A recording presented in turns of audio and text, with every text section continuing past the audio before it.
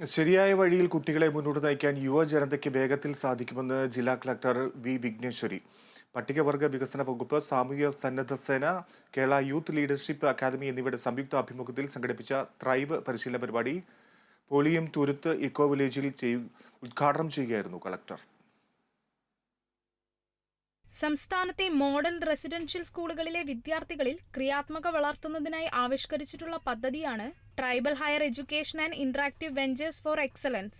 ജില്ലയിലെ തിരഞ്ഞെടുത്ത പ്രൊഫഷണൽ കോളേജുകളിൽ നിന്നുള്ള വിദ്യാർത്ഥികൾ അവധി ദിവസങ്ങളിൽ പൈനാവ്, മൂന്നാർ, MRS എന്നീ സ്കൂളുകളിലെ കുട്ടികൾക്ക് സിലബസിന് പുറത്തുള്ള വിഷയങ്ങളെ പരിചയപ്പെടുത്തുന്നതാണ് പദ്ധതി. ഇവർക്കുള്ള പരിശീലന പരിപാടിയാണ് നടന്നത്. ജില്ലാ കളക്ടർ വി വിഘ്നേശ്വരി പരിപാടിയുടെ ഉദ്ഘാടനം നിർവഹിച്ചു. വിഷയങ്ങളെ വിവിധ കോണുകളിലൂടെ നോക്കിക്കാണുന്നതിന് ശ്രമിക്കണം.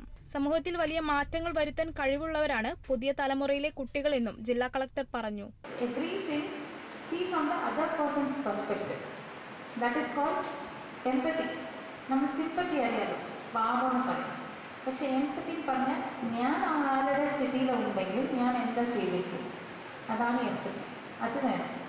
So do not see anything from outside, see it from inside. Problem solve ചെയ്യുമ്പോൾ മാത്രം നമുക്ക് പുറത്തുനിന്ന് കാണാം. Because that is when you will get a clear perspective. Sub collector doctor Arun S Nair പരിശീലന പരിപാടിയിൽ ക്ലാസ് എടുത്തു. ഇടുക്കി സർക്കാർ engineering college, Al Azhar law college, Painavu model polytechnic college, Nadukani tribal arts and science college, Pavanatma college Murickassery, Idukki medical college എന്നിവിടങ്ങളിൽ നിന്നുള്ള 50 വിദ്യാർത്ഥികൾ 3 ദിവസം നീണ്ടുനിന്ന പരിശീലന പരിപാടിയിൽ പങ്കെടുത്തു.